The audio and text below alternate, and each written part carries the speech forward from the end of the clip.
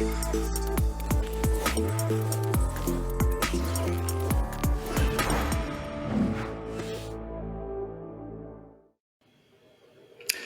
wonderful good morning, good afternoon, or good evening to you out there, fellow traders, and welcome to this week's second, episode of that crypto show already. Yesterday we did a short special due to the occasion of Bitcoin crossing 50,000 US dollars to cover that a little bit. Today we will have a look at whether what we are currently seeing, the current bull run in Bitcoin, is sustainable still, or if we are inbound maybe to see a little or maybe even larger correction in the near future. My name is Dirk Hartig. I'm the head of training education here at primexbt.com, and I have also, of course, the honor of being your host here today. Before we start, as always, very important, this webinar is brought to you and provided by the primexbt.com research team. This is educational content. This is not financial advice. Our aim here is to give you information that you are able to make your own well-informed trading decisions. So please always do your due diligence. Nonetheless, of course, I'm also going to share my private personal opinions about the market, the state of the market, and positioning in Bitcoin and other cryptocurrencies every now and then. But of course, you still need to see how that suits into your personal trading plan. All right. We had Bitcoin yesterday visiting the area of 50,500. And yesterday I said that we need to stay above 50,000 in order to have this at a sustainable level. We went actually under 50,000 yesterday. And if you watched, I said, and let me quickly zoom out here a little bit. That was last night. Yeah. I said something along the lines of that I wouldn't be surprised if we fall below 50,000 US dollars, that we very quickly see a plunge of 1,000 or 2,000 US dollars, maybe possibly down to 48,000 or 49,000, just due to the fact that I expected there would be a lot of stop losses triggered that put sell pressure on the market and lead to further declining prices. But that was not really so much the case, in my opinion. I mean, we saw here a pretty decent candle down, but after this it was pretty much normal trading activity. So nothing out of the ordinary, not the cascade of selling that you would expect to take place. And that is an indication that there is still demand out there in the market, even at these prices. And today, we are not so much talking about, okay, how should we position ourselves? Because nothing has really changed on that, at least short term, in my opinion. But let's have a look at some metrics, some data from the blockchain, some fundamental data out there to get a broader picture about the state of the current bull run. So we are going to try to have a look at, is this bull run really still sustainable? Or are we maybe inbound for a smaller or larger correction in the near future? So as always, we start out by having a quick look at the Fear and Greed Index, and that has reached 79 extreme greed. Just within, 4 weeks, we came from 22 extreme fear to extreme greed. And when you see these extreme sentiments, you always have to be a little bit wary. That means, there's still a lot of upward pressure in the market. Excuse me. But this is normally also the time where sudden moves down can occur, because the market is taking things too one-sided. And this is normally also the situation when slowly the big guys out there, the institutional clients, the people that have such deep pockets that they really can move a market when they try to cash out. And if that is the case, by the way, we want to look at today as well. And we are going to do so firstly by looking at the newest Bitcoin on-chain accumulation trends, a difficult word. And this is broadcasted, I think, once a week by a Twitter handle called Econometrics. I highly recommend to follow them and have always once a week or whenever they publish it is a deep read into what they are publishing there. Gives you very good insights and what is really happening there in terms of who is buying and who is selling currently Bitcoin. I think I have to drink a sip of coffee first. Yeah, that's better. So, and what we see here is maybe what this accumulation trend chart figure on chain is trying to look at is who are currently the market participants buying still, and they differentiate there between so-called small fish. So small fish, I believe in their definition, is anybody that has like one Bitcoin or less Bitcoin. So we are talking about Bitcoin addresses here, meaning every Bitcoin address with holdings less than a Bitcoin is considered a small fish. Then you have whales or groups or bigger groups that have something like 10,000 Bitcoins or north of that.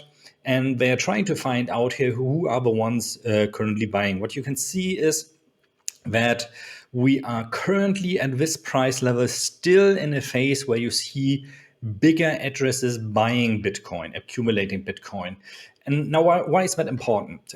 Because what you usually see, and this is, by the way, true for every market, at least every market I've encountered within my life, is that usually when you see the small players entering the market, so people that don't do that for a living, people that maybe read in the newspaper, whoa, Bitcoin is above 50,000 again, that Googled it and saw analysis from news side saying something like, oh, it can run until 100, until 500,000, until 1 billion or whatever fantasy number, that they very quickly jump upon the wagon. This is also what you see very often on the stock markets, by the way.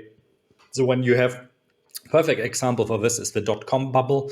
The people here watching that are a little bit older already, like myself, remember that in 2000, 2001, when there was this internet hype, when internet was the next new thing, and every company out there that had a tag with internet on it or did something with internet had those crazy market valuations, and people just would jump on board and buy because you were able to make 100 or 200 or 1,000% with this company in a very short time frame.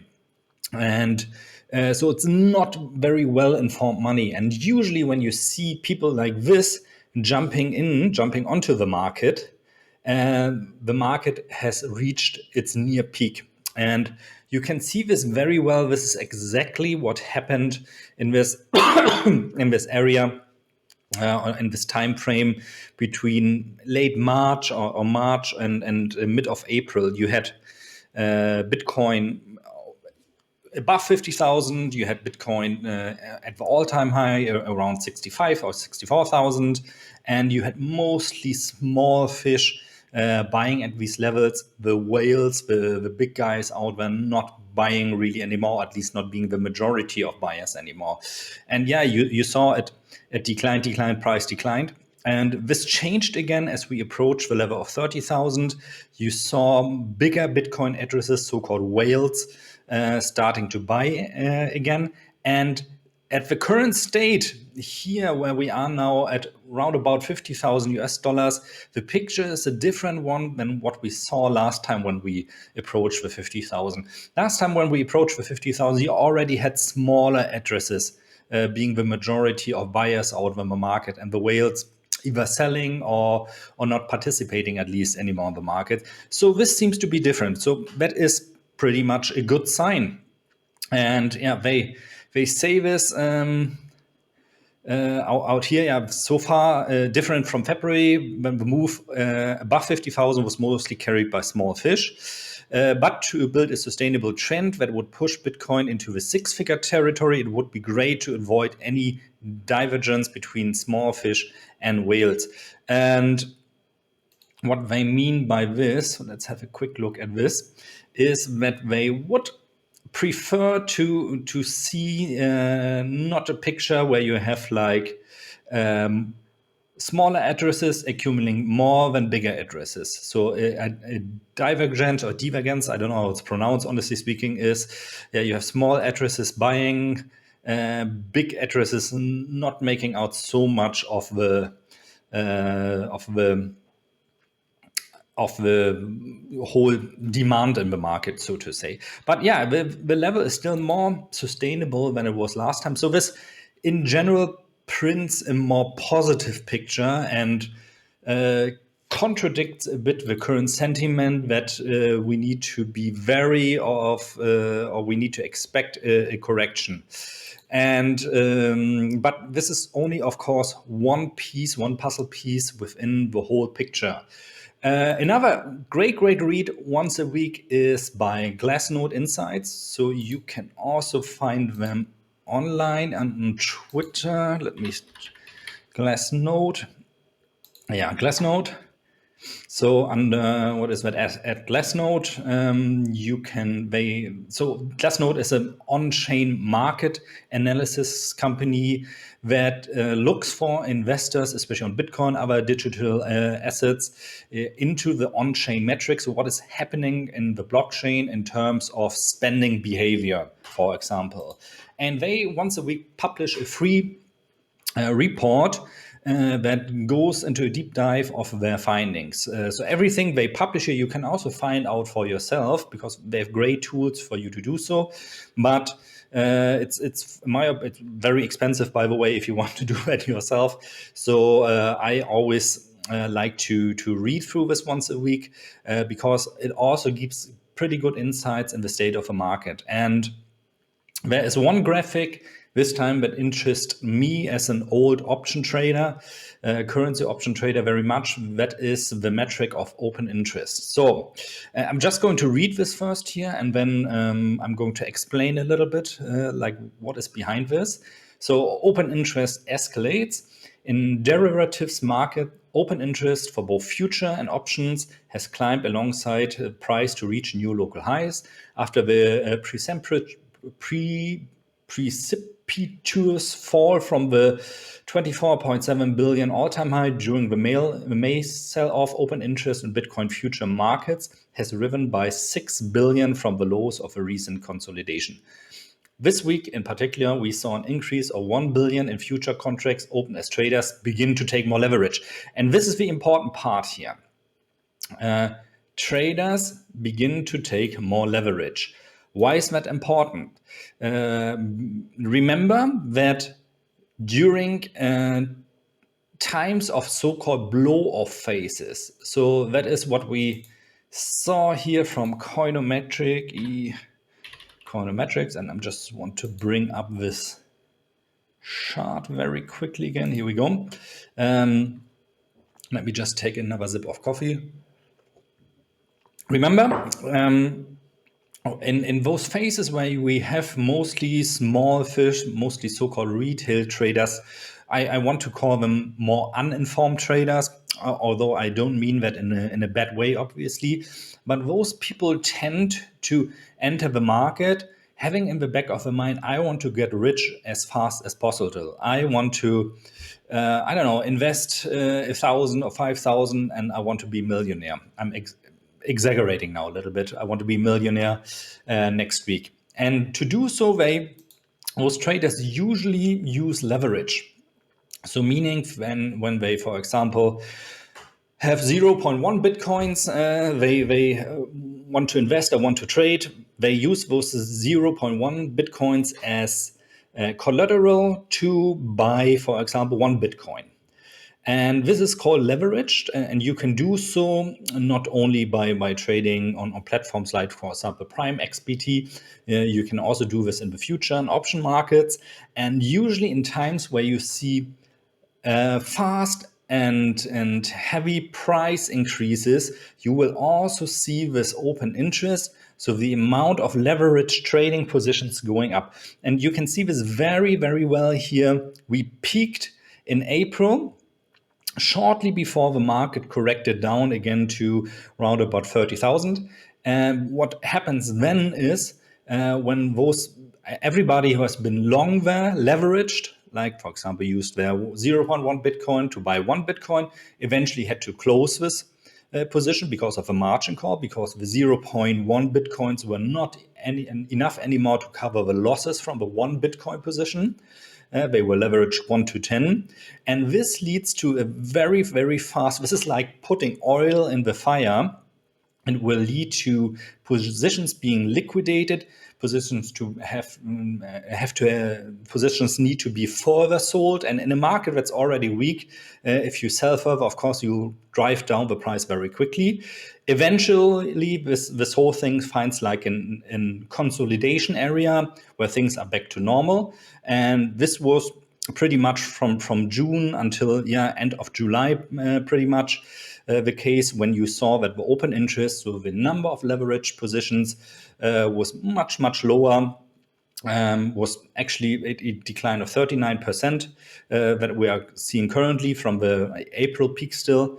And but nonetheless, this leverage has increased since mid of June or end of June again by nearly 56%, from round about 10.6 billion to currently 16.6 billion. So we are seeing leverage positions, probably leverage long positions, being built up slowly again. And when you see this reaching like the highs again we saw here in April, this is probably a time you need to become very, this could be an indication that we are nearing the top. But at the moment, on the other hand, things are still really in the green area. So there's not so much to giving an indication that we are going to see a local top, or maybe a local top for sure, or a top before we go lower again to, for example, 30,000. Or I mean, some people are still waiting for 20,000, I'm sure as well. Everybody who hasn't gone long at 30,000 and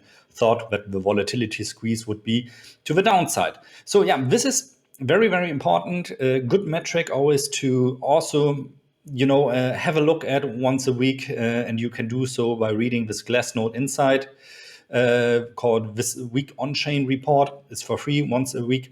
There are other metrics out there that are also very interesting. For example, the perpetual funding rate of futures, which according to them, I don't want to go too much into detail now what that really is and means, but according to them, we are still there in an area that is very healthy, that according to them is supposed to be a disbelief rally. So disbelief rally meaning still a lot of market participants out there being in the disbelief, like, oh, yeah, this is just going to be a local top. This run from 30,000 to 50,000 is just going to be short term. It's a bull trap. We are going down again. So this is called a disbelief. And what you usually can see after this is that we have a phase of extreme FOMO, fear of missing out, where everybody that hasn't entered the market wants to get in as quick as possible. And that usually after a while is when the top again. But still healthy. And let's see, what did they have more here? Balances on exchange. Also very interesting. So what we've been seeing all year, and that was also until we peaked there in late April, was that Bitcoin that were bought at exchanges were withdrawn there to so-called cold storage. Cold storage meaning, for example, your personal hardware wallet that you have, where you, when you buy Bitcoins, where you withdraw Bitcoins because you want to hold on to them long term. And this is, you can see that this is happening by looking at the balances of Bitcoin on exchanges. And you could see that we had a great decline from September 2020, actually. So when this whole uprun really went slowly into the hot phase until mid of April, beginning of May. And then during the May sell-off, of course, more Bitcoin were redeposited again to exchanges, because a lot of people panic sold, because they were thinking we are going to 20,000, 10,000 or zero.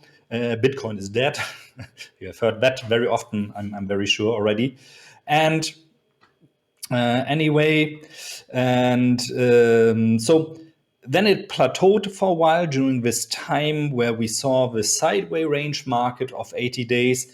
And currently, July, August, we have seen net outflows again. So people that are currently buying Bitcoin are putting them in cold storage again.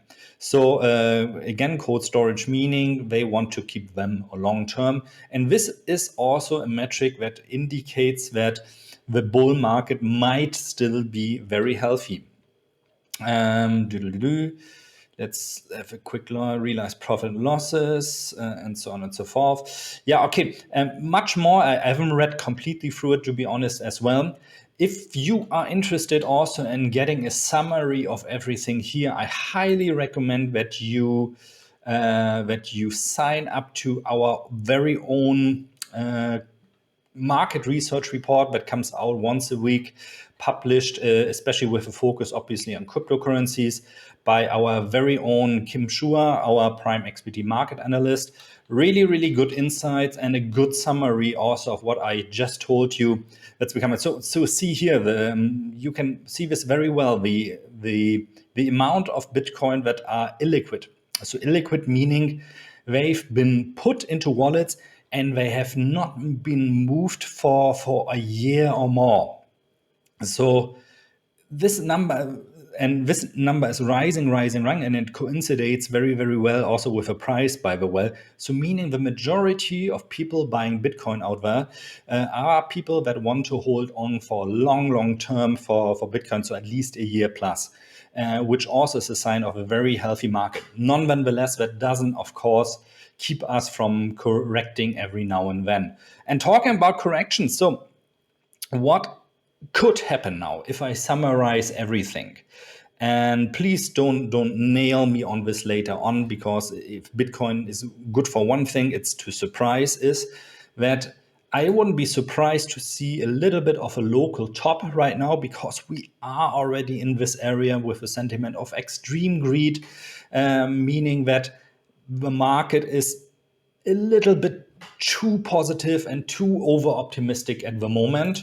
And that, if I say local top, then I wouldn't be surprised to see a correction maybe of 5, of 10, maybe, or even of 20%. So that is still considered a bull market then. Even if we correct from this 50,000 by 20%, would mean we correct back to 40,000.